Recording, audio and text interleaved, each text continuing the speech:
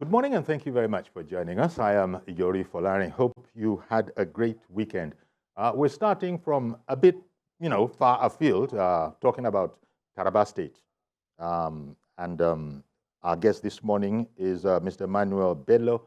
He's the Special Advisor, Media and Digital Communications to the Governor, Dr. Agbu Kefas. He joins us by Zoom. So good morning to you, Mr. Emmanuel Bello. Good morning. It's a pleasure being with you this morning. Indeed. Thank you very much for making the time. Because we do want to, we like to sort of find out about Taraba. There's so many, I imagine there are a number of things going in there. We'll see how many of them we can touch on.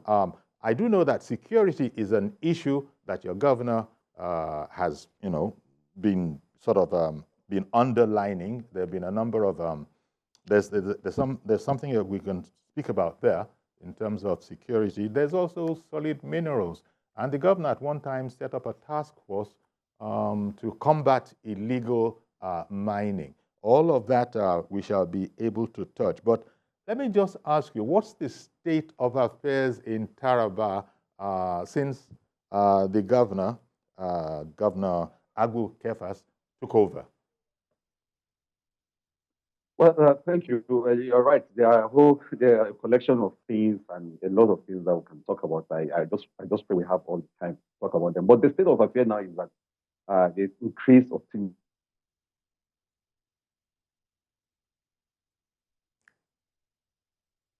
Did it freeze? I think the thing froze. Mr. Bello? Yes. Uh-huh. Oh, you see.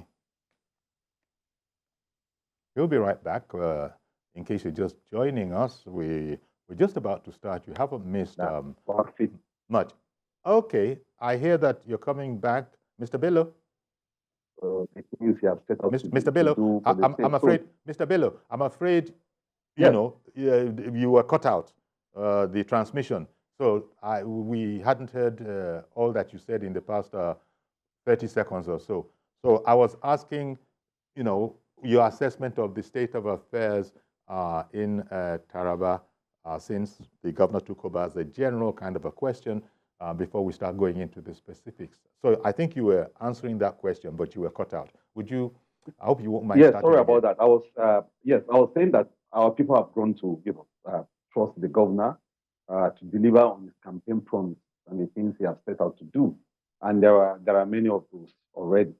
And what you're having now is this increase in the desire in so many quarters to key into the moving forward agenda of the governor, whether it's the area of solid minerals we're going to discuss up ahead, or in the very, very sensational free education declaration that he made, or in his effort to ensure that we're able to tap into our agricultural potentials in the state, or even the partnership he seeks to agenda between us and our partners around the world. These are the things that are really exciting the people. It makes them to have a lot of faith in the ability of Dr. Agbu Kefas to deliver. So if you're asking about the state of affairs, that is where we are. Our people, having come from what clearly has been a very horrid past, are really prepared and anticipatory, very hopeful. The moving forward agenda is going to restore those hopes and also put our state on the map. It is now Kefas is getting a lot of accolades, a lot of applause for some of his groundbreaking efforts to rejuvenate the state, reinvigorate it, the civil force, and just about as much as work with every segment of the state to achieve some really great desired end. Well, unfortunately, insecurity, I don't think there's any state in the country that doesn't have, that insecurity is not a sort of a frontline charge on. Just about everybody is. So I wanted to ask you, since the governor, since arriving, has been very particular about that, he has sought the collaboration of traditional rulers. He has asked the people to work and collaborate with the army. He himself, that is Dr. Kefas himself, being a former military officer, retired as a lieutenant colonel, it's his terrain. So, you know, what would be an assessment of the state of it, of the state of insecurity, or shall I say, let me just say the state of security. Clearly, there's room for improvement. Talk about that a bit, please. Yeah, you know, you're actually right when you also say the state of insecurity. But yes, the governor sees security as an area that, you know, he must just have to score excellently well there. You know, that this is his, this way you can call him an expert, given his roles in the past, first as a military man himself, an ex, you know, serviceman, who rose up the ranks as a lieutenant, the army, and even while there, he was actually in the intelligence corps. So Governor Kefas actually prides himself as someone that should be able to at least, you know, walk around that, because even long before he became governor, he has the young people and just about everyone to ensure that they is able to achieve some kind of peace, especially in this area that is the southern, you know, persistent crisis where a thing associated with the area. As a private person, he has worked assiduously with both the official and unofficial, you know, leadership in the state to deal with developing that area. And he's continued in that. One of the very first pronouncements he made is that, look, the duty of a governor of any state is to protect the lives and properties of the people. That's the first mandate. Was it very bad before he assumed office? Or well, like you said, no one is. I mean, the country itself is exactly, yes. But everyone, almost every aspect of our country is you know, has this crisis of insulated or isolated from the rest of the country. We've had our own share of crisis. It's a human environment, and where you have human beings, even if it's just the two of them, you cannot take away crisis altogether. Okay.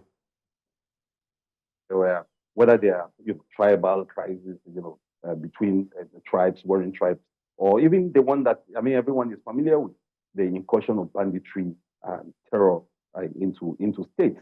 All that problem that normally, you know, actually snowball into even higher criminality. Those are the sort of things that we've been dealing with and grappling with as a state. And, you know, we share borders with neighboring, one or two neighboring countries, and we were not insulated in any way.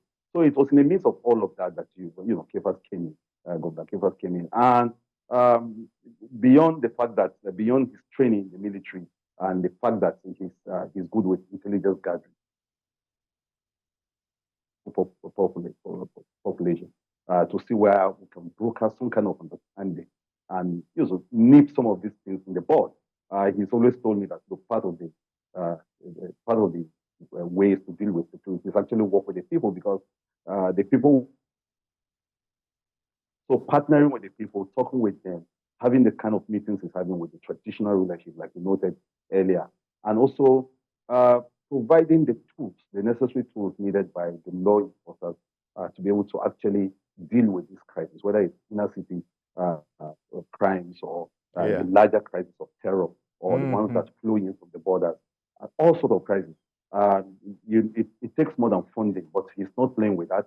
You know, he's throwing money at the problem, but he's also throwing intelligence, he's throwing partnership with everyone. We have what is called the Taraba Marshal now, you know, a body that's set up to actually find way of working with the law enforcement to ensure that we have some modicum of stability in that direction. Okay. Okay, not that I wanted to dwell unduly on security, but insecurity, but when the governor arrived, he had sort of served notice that all those kind of people should just move on. It's not going to be business as usual. as soon as he had come in. Shows the sort of seriousness of purpose that, look, in fact, I remember the way it was cast in the news at the time, repent or move on. So if you... Exactly. Yes. You recall? Yeah. Well, yes. It's in the way that Dr. Kefas says some of these things. A little bit of some clarity in the way he wants to do it. He, like you noted, he feels rightly challenged that this is his area. Right. This is something he should be. He's done it in the past. He did it in the Niger Delta when he was able to be part and parcel of the amnesty movement between militants and federal government way back. I mean, he was. Most people will not know, but he was actually right in the middle. In the middle of those consultations and the peace that was brokered between the militants way back then. That actually helped in rejuvenating the oil revenue and all of that. If you remember clearly. The history of amnesty. He was part and parcel of it. Some people will even say probably the most central figure in that whole thing. So, and then of course, he's been to peacekeeping missions around the world. His training has sent him to those places. So this is his own place. This is his own area. He thinks that, I mean, beyond all the other things he's doing, he must be able to cut the state out, do some kind of groundbreaking work. In the area of security. I beg your pardon for interrupting you, but let me bring on our first caller. She's been waiting, as a matter of fact. Good morning to you, Ada, calling in from Jos. Good morning, Ada, calling from Jos, Massachusetts. Good morning to Mr. Emmanuel Bello. Good morning. This issue of insecurity is not just about Taraba. For me, it should be addressed holistically. My suggestion is that President Tinubu should have the political will to ban open grazing nationwide and adopt ranching. Decentralize the police for effective community policing. This can be achieved by amending whatever is to be amended to pave way for state police. Its advantages outweigh its disadvantages. If we are able to strengthen our institutions, it will be effective. There will be effective monitoring, and that will take care of any abuse. All forests should become nationwide with the use of air surveillance, ground troops in conjunction with local hunters and any other established security outfits in each state. Indeed. They should neutralize these bandits occupying the forest. After each operation, heavily armed forest guards should be permanently stationed there to guard the forest. So then another thing again is the insecurity cannot be tackled by only the gun. This is the gun. It can be tackled from the socio-economic viewpoint. Address the issues of injustice, and then food security, because a hungry man is an angry man and has no respect for law, authority, and humanity.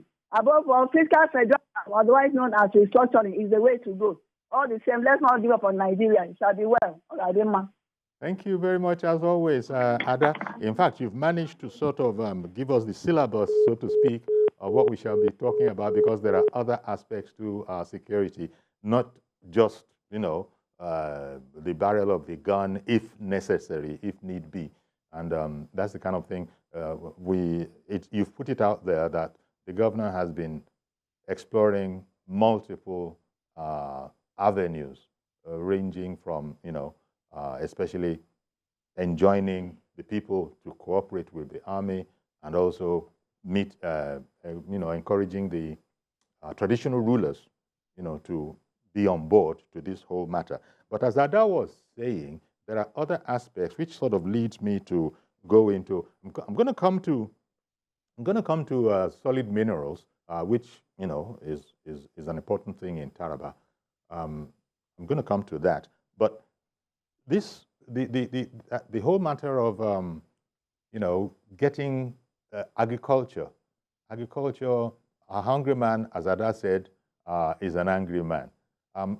What can you tell me about agriculture in Taraba? What's your main crop there, and how well is it doing, and what is it that is being done for the farmers of the land in Taraba? Well, yes, you're right, and this speaks to the whole thing about food security, and the ability to feed your people well, and like I was saying, that in our submission, the people are hungry. They probably will not have any respect for law and order.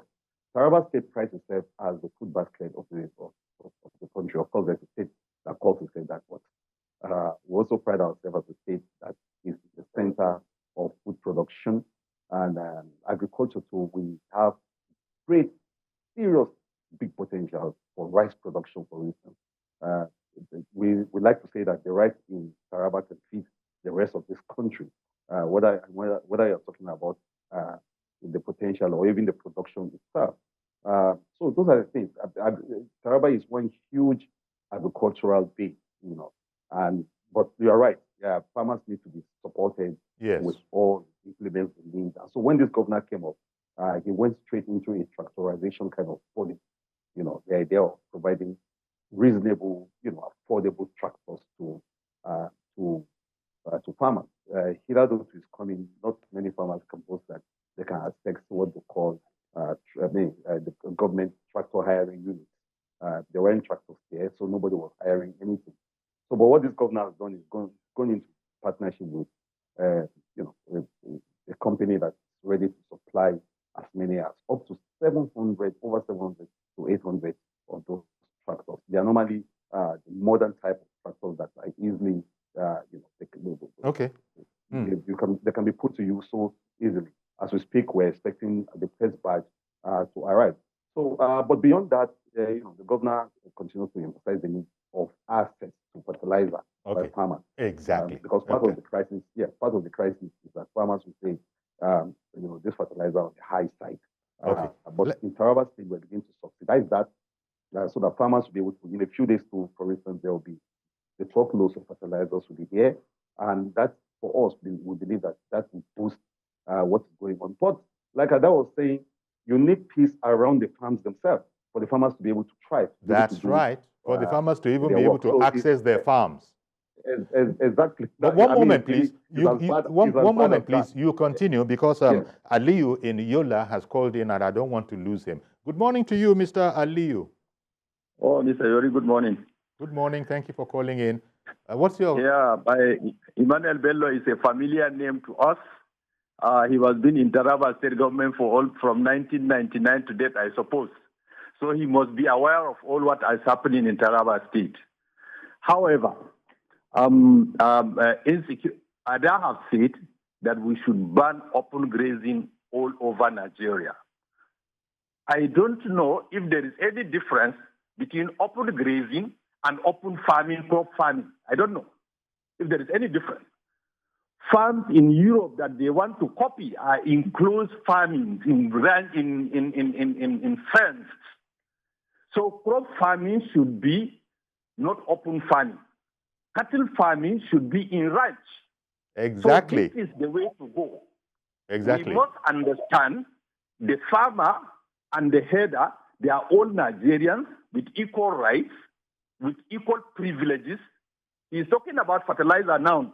I don't know how much he has spent, or the government of Taraba State has spent on the pastoralists and the animal production in Taraba State. I don't know.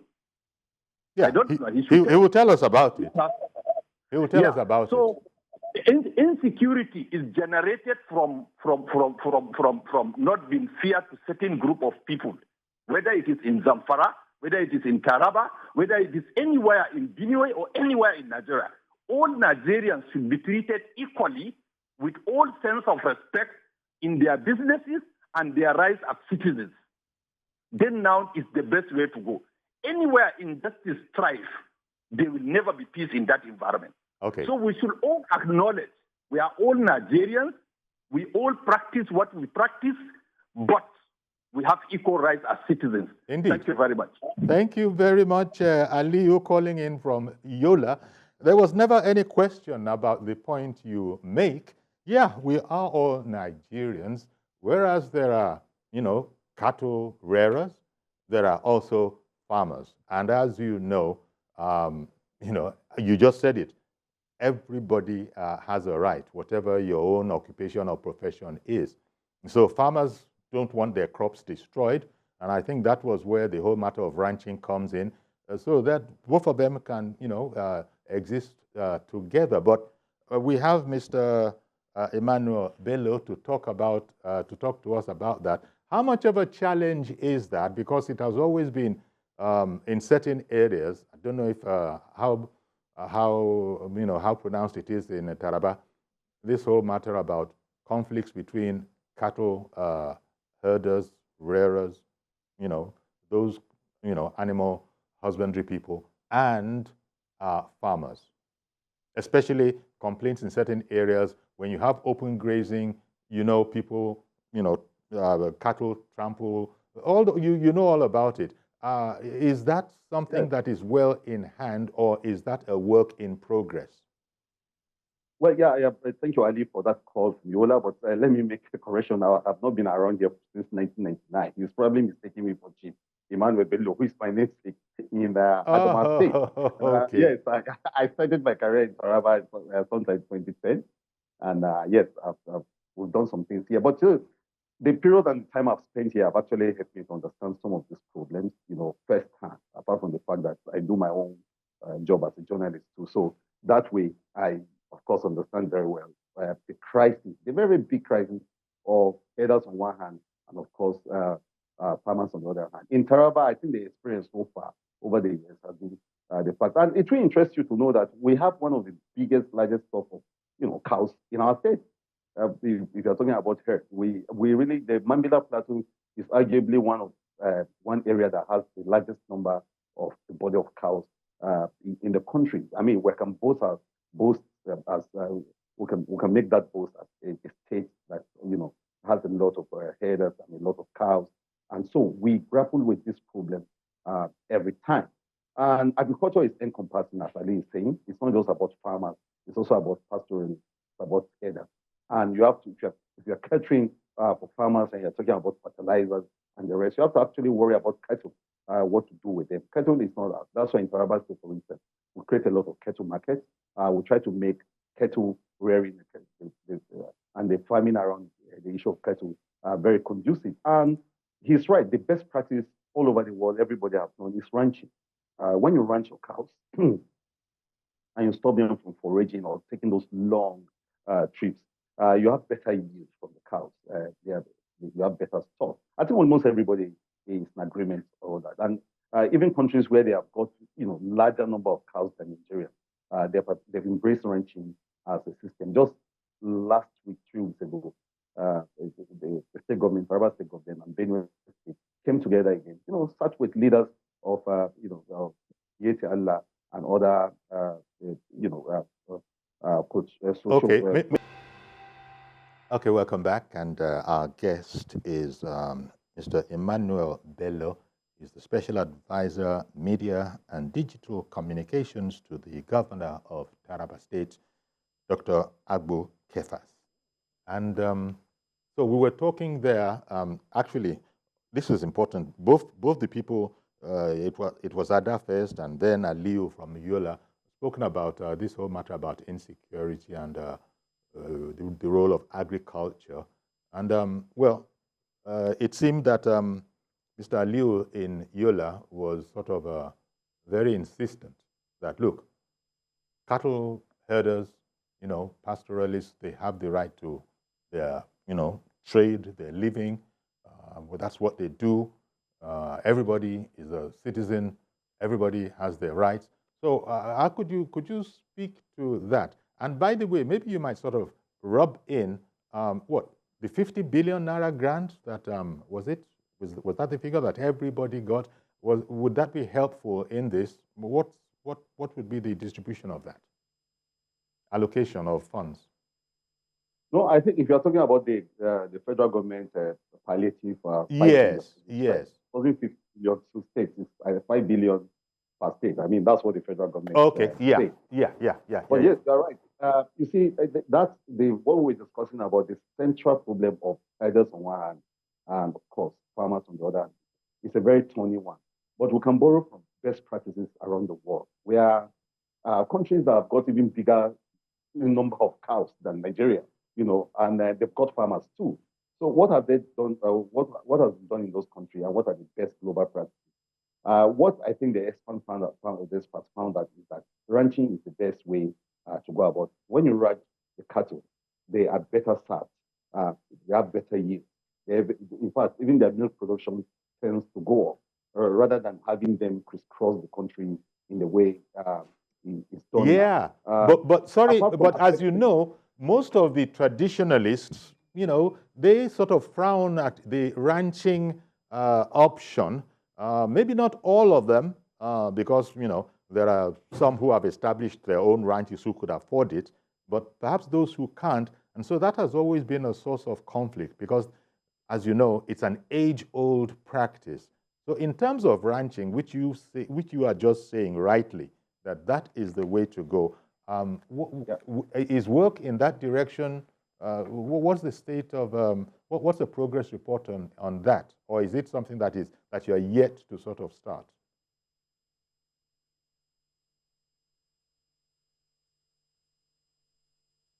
I think it has frozen again.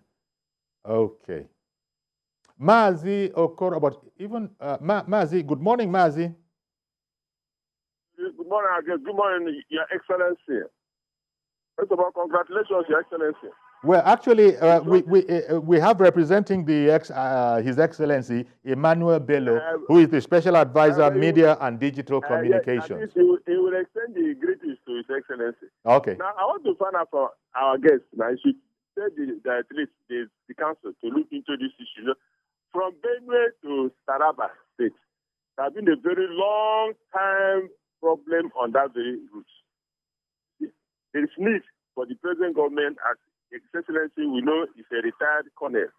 Let him make Lieutenant Colonel wealth of experience as a retired military officer to bring a lasting solution. Because there are a lot of land on that route, and the cultivation of that place is always very rich. If you see food from that place, you start wondering whether it's part of that. And most of the people that are around that, they don't even use fertilizer. It's natural vegetation.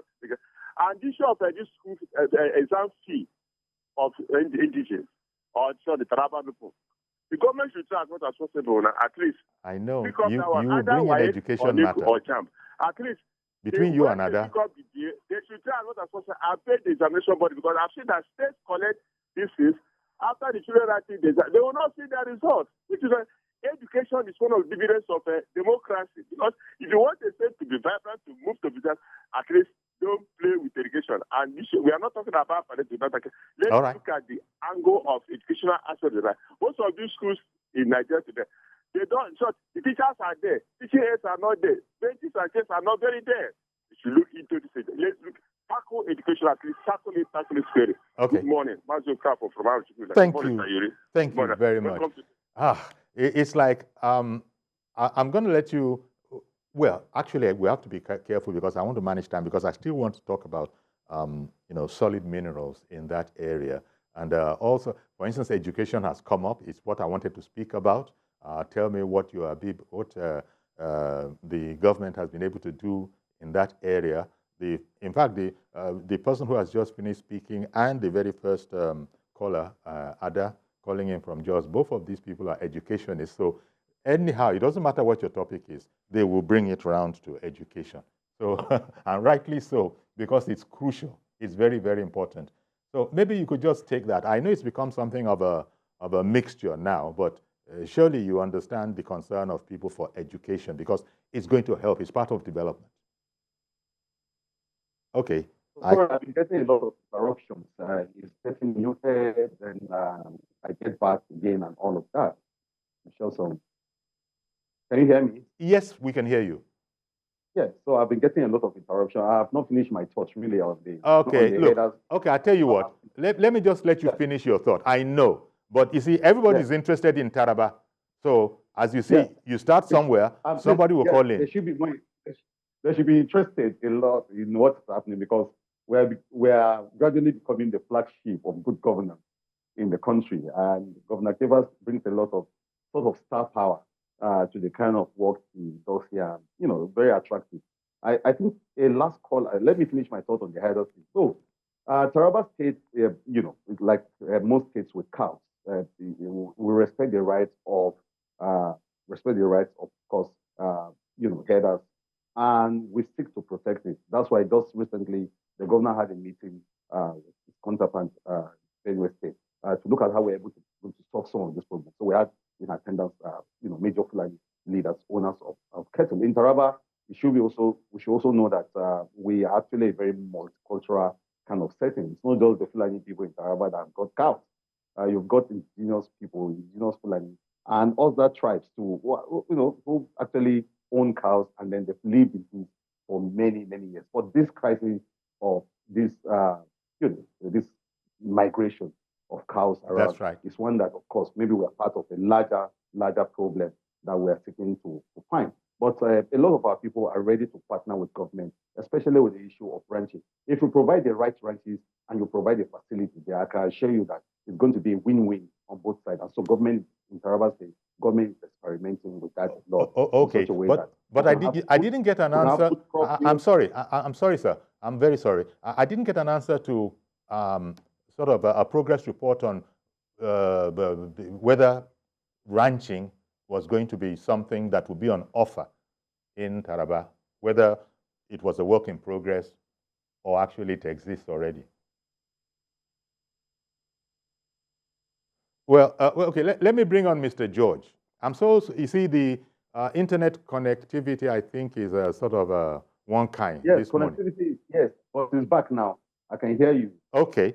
So I said I just wanted a quick answer to the state of affairs concerning ranching in Taraba, if at all that, is it a work in progress, or do you actually have ranches, or are you planning to establish ranches?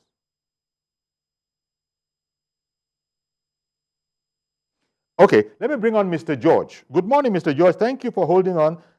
Please go ahead now. Okay, good morning, Uncle Yori, and I also greet your guest. Yes.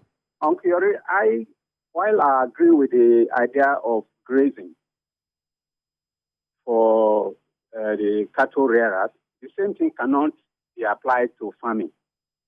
The insecurity that has pervaded the country today started from the herders who are involved in rearing their cattle from place to place. That's what brought about the conflict with farmers when the cattle destroy the farms. So even economically, it is better to graze at one spot than to be going from spot to spot where there is no economic interest per se.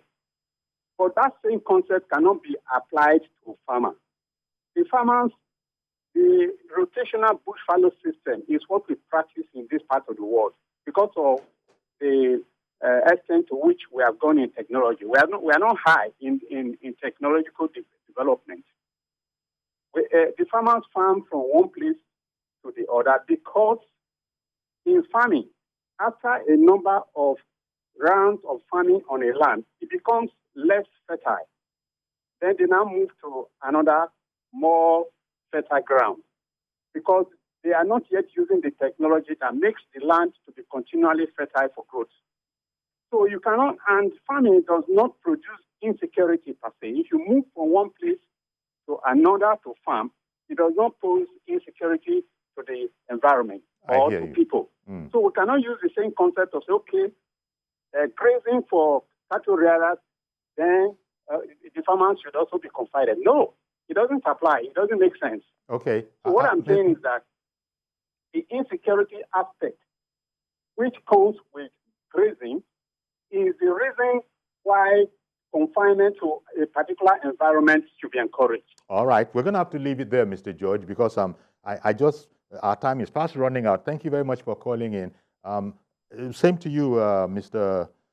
Emmanuel Bello, Special Advisor to the Governor on Media and Digital Communications. I'm going to sort of leave that for now. We could never be exhaustive about this whole, about world that you have to talk about. And I want to talk about solid minerals. I want you to talk to me about solid minerals. As you know, there's a renewed focus on solid minerals. We have a ministry for it now and a minister. Tell me about solid minerals. What are the solid minerals available in Taraba? Okay. It's still... Hello? Hello, did you hear me? Yeah. I wanted you to talk to us. Sorry. Okay, go ahead, please. Talk to us about solid minerals in Taraba. Oh, yes. There's a state that calls itself the home of solid minerals, but Taraba can actually appropriate that name, where the real home of solid minerals. I see. The latest finding being uranium, that was uranium. discovered in zinc local government. Uranium. in uranium. You know uranium, the solid mineral. And we've got everything here in Taraba. Taraba is a land that is practically flowing with gold, silver and gold, and all sort of things. And we can actually do a lot on our IGR, on our internally generated revenues from solid minerals. So when this governor came up, the first thing he stopped was illegal mining. And there was an executive order stopping that. We're not stopping miners from coming to Taraba. We're just saying that we have to get it right. We have to stop the illegal activities of people cashing out on, and then the state getting nothing out of it, individuals. And those illegal mining actually also give rise to other sort of criminality, around the country. So we're dealing with that right now. There's a task force set up headed by General Faransa, a retired general, and they're doing a lot of work, charging people to court and stopping a lot of those illegal mining activities. This is just to create the atmosphere ready for legal mining, such a way that everybody can benefit from the state can actually benefit from this. So has it been cleaned up then? Has mining of these solid minerals, has it been cleaned up since there's a task force that has been set up particularly to prevent illegal mining? Yeah, it's a work in progress, and I think by next week or so we should be able to have a holistic idea. But I can show you that a lot of work has been done in that direction. General Faransa and his team, normally find out into the very far nooks and crannies of where these illegal activities are going on, and a lot of arrests have been made. The atmosphere has been cleared. The governor has been meeting with people that are licensed miners and looking at those licenses, trying to upgrade them, trying to look at them, so that everyone can benefit from the state. A state like Taraba has no need to actually depend too much on even external revenues. If we can tap into our agricultural, tourism, solid minerals potential, I can assure you that we can actually think or dream of a Taraba that is beyond oil, a Taraba that can look into its own, what it's got, God-given potentials to actually raise the kind of funding that we'll be needing to take care of all our buyers. Okay, let me squeeze in the appeal of the governor to indigents in the diaspora, for assistance. Talk to me about that scheme. What is the vision in that regard? Because the governor, yes, the governor had a very elaborate meeting with Taraba, people living outside the state, especially in Abuja and Lagos, almost everywhere in the world. And he said, look, I'm doing a lot of good work back home. We're making the state safer. We are opening up the skies. We now have flights into our state almost on a regular basis.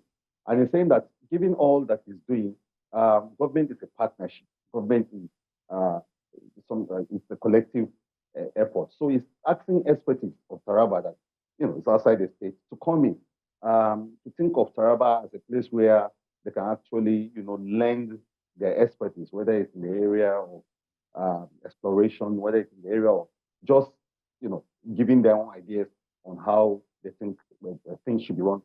That he's open. He's open to their commitment. He's open to their partnership, or to the need for them to actually come to, assist or contribute their quota. Indeed. And that it is not a competition where some people think that, oh, well, look, my state now, the governor, I want to do it all. He's saying that, look, no, if you have anything, and it's bipartisan, it doesn't matter what party, it doesn't matter where you're from, he's open to partnership, to cooperation, to collectivity, and the kind of, unity of purpose, so that those of us back home here will not think that the people from outside don't care. And those of them outside there will not think that, well, the people back home don't really need us. They don't invite us. So he's providing the kind of stage, the platform to say, look, if you have anything to offer, you don't really have any excuse. I'm ready. I'm open to suggestions. I'm open to collective efforts, so that we can bridge that divide. Because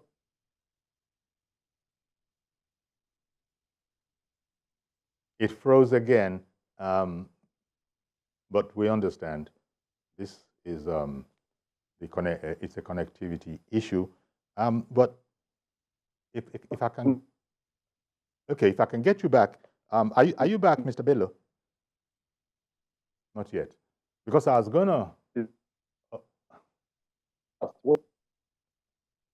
Hello? Hello, yes. Very... You've come back now. I heard what you said about, Tarabans in diaspora. And that is going to be, apart from seeking investment generally, yes, of course, the sons of Taraba will naturally, be interested.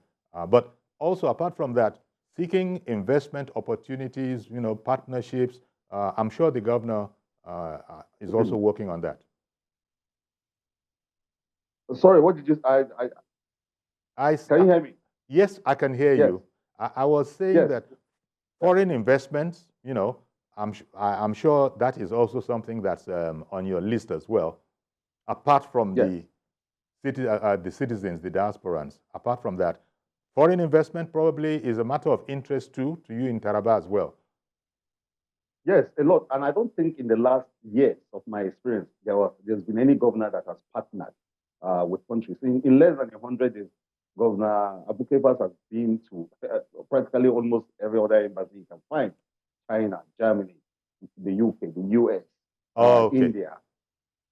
Okay. Yes, he's partnered, he's gone to those places, and he didn't just wait for them. He went to them and said, look, I need your buy-in, I need your partnership. And whether it's in agriculture, or in solid minerals, or in energy, because we're working a lot with trying to see other forms of energy, especially with the crisis of fuel and all of that. So far, so good. At least you've given us a glimpse into what's going on in Taraba, and it's encouraging. And what we'll do is that we've run out of time now, but we shall certainly touch base to see the progress that has been made very, very shortly. But I want to thank you very much, Mr. Bello, Mr. Emmanuel Bello, Special Advisor, Media and Digital Communications to the Taraba State Governor, Dr. Agbu Kefas. Thank you very much for your time this morning. And that brings us to the end of our program today. Do please join us tomorrow for a fresh edition. I am Yori Folaren. Bye-bye for now.